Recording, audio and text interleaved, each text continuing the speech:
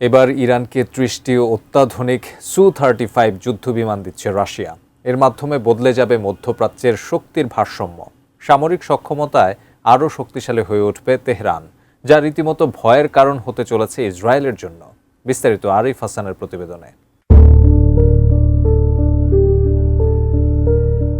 সামরিক সক্ষমতায় মুসলিম বিশ্বের অন্যতম শক্তিশালী একটি দেশ ইরান।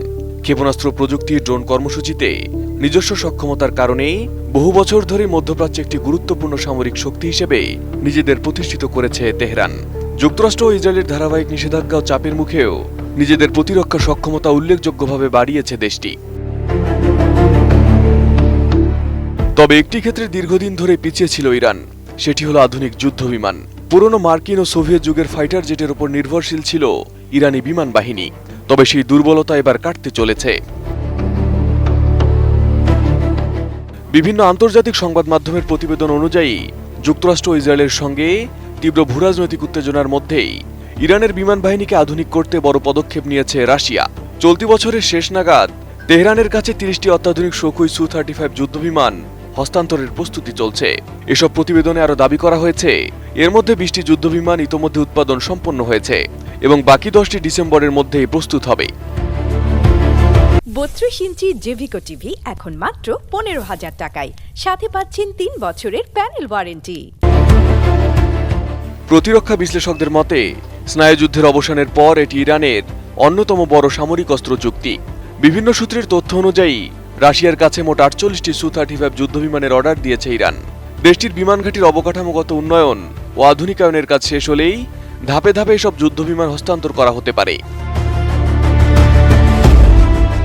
শুধু সু-35 নয়, বিভিন্ন আন্তর্জাতিক প্রতিবেদনে আরও বলা হয়েছে, ইরান রাশিয়ার কাছ থেকে 12টি ব্যবহৃত সু-30 SM-2 দূরপাল্লার ফাইটার জেট কেনার পরিকল্পনাও করছে, যা ২০২৭ সালের মাঝামাঝি সময়ে সরবরাহ হতে পারে।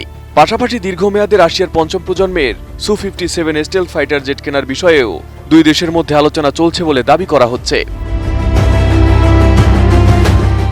বর্তমানে মধ্যপ্রাচ্যের পরিবর্তিত সামরিক বাস্তবতায় ইরান রাশিয়ার এই ক্রমবর্ধমান সামরিক সহযোগিতাকে অত্যন্ত তাৎপর্যপূর্ণ হিসেবে দেখছেন বিশ্লেষকরা। তাদের মতে সু-35 যুক্ত হলে ইরানের বিমান বাহিনীর আকাশ যুদ্ধের সক্ষমতা উল্লেখযোগ্যভাবে বৃদ্ধি পাবে। বর্তমানে ইরানের বহরে থাকা অনেক F-4 ফ্যান্টম 2 এবং F-5 টাইগার যুদ্ধবিমান ভিয়েতনাম যুদ্ধের সময়কার প্রযুক্তির উপর ভিত্তি করে তৈরি।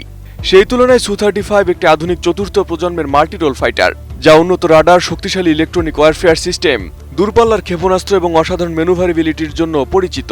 এর যুদ্ধ ব্যাসার্ধ প্রায় ১৫০০ থেকে ২০০০ কিলোমিটারের মধ্যে, যা মিশনের ধরন অনুযায়ী পরিবর্তিত হয়।